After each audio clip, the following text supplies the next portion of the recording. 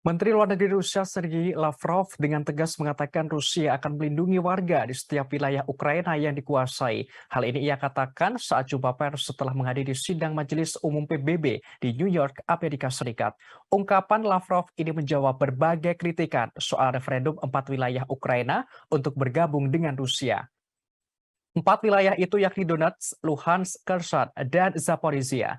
Menlu Rusia menerangkan, Rusia tentu saja akan menghormati aspirasi kehendak warga 4 wilayah itu. Ia menyebut warga selama bertahun-tahun menderita akibat pelanggaran rezim neo-Nazi. Lavrov menegaskan pihaknya memberikan perlindungan penuh kepada setiap wilayah yang dikuasai Rusia.